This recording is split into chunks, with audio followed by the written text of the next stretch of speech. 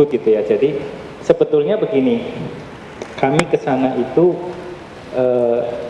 dalam rangka pertama ingin konfirmasi apakah tema yang kami angkat ini sudah merupakan tema yang memang menarik untuk diangkat, dilihat dari kacamata Dikbud kan begitu. Dan ternyata memang ada masukan-masukan dari sana, tapi intinya dengan segala keterbatasan waktu, tenaga, dan biaya yang ada itu intinya kita ingin mengangkat karena budaya itu kan luas sekali, jadi memang harus spesifik yang ingin kita tulis gitu. Lalu kesepakatannya bahwa kita itu akan mengangkat budaya yang sifatnya intangible dan sifatnya masih tradisional, karena budaya itu bisa dibedakan, selain intangible kan ada tradisional sama modern atau kontemporer gitu ya. Jadi yang itu tentu definisinya macam-macam. Ada yang kalau yang mendefinisikan bahwa tangible itu juga sebetulnya produk dari intangible, jadi budaya itu hanya intangible saja. Macam-macam definisi, tapi yang jelas kemarin kesepakatannya kita fokus ke intangible dan terkait dengan yang tradisional gitu kan, dengan budaya yang tradisional itu. Nah, mengenai anggaran ini kan karena di lembar yang ditulis oleh mahasiswa juga tertulis PKL Angkatan 52 merupakan bagian dari kerjasama antara BPS dengan Kementerian Pendidikan dan Kebudayaan. Itu sebetulnya juga belum jelas ya. Kemarin itu memang sekarang ini sedang ada kerjasama antara Dikbud dengan BPS ya, bukan dengan STIS.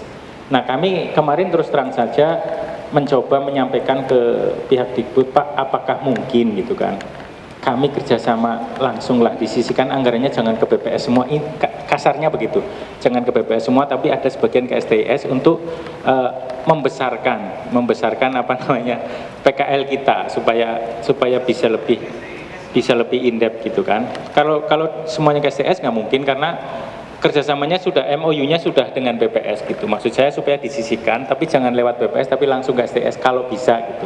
Dan mereka menjawabnya, kebetulan yang hadir itu tidak berwenang untuk itu, sehingga beliau, oke, nanti saya sampaikan kepada atasan saya yang lebih berwenang untuk dipelajari apa mungkin atau tidak. Jadi, tapi apapun dalam benak saya yang waktu itu saya sampaikan juga ke mahasiswa yang ikut ke sana, bahwa kita namanya juga usaha gitu kan. Kalau dapat ya alhamdulillah, nggak dapat ya wasyukurillah kan gitu. Ya kan, namanya juga usaha. Mudah-mudahan kalau BPS menganggap bahwa produk kita itu merupakan, harapannya sih gini, hasil pembicaraan kemarin harapannya penelitian ini kalau bisa fokus ke satu aspek tertentu dari budaya, tetapi sedikit lebih in-depth gitu, karena budaya luas sekali ya kan. Sedikit lebih in-depth dengan harapan nanti tadi itu bisa menjadi prototipe yang nanti implementasinya akan di BPS gitu loh. Kalau memang implementasinya lebih luas ke seluruh Indonesia, barangkali nanti BPS tentunya yang akan mengimplementasikan. Jadi kita dalam rangka menyusun prototipe dari sisi kuesionernya, dari sisi indikator-indikatornya dan lain sebagainya, seperti itu. Ya, jadi kalau untuk bantuan itu ya kita berdoa saja semoga bisa gitu. Tapi walaupun saya nggak tahu apakah ini akan menyalahi internal polisinya BPS atau tidak ya. Kalau yang menyalahi ya mungkin BPS akan, STIS kok malah ngobjek gitu kan, misalkan. Kalau seperti itu ya nanti mungkin jadinya lain cerita gitu kan. Jadi tentu mungkin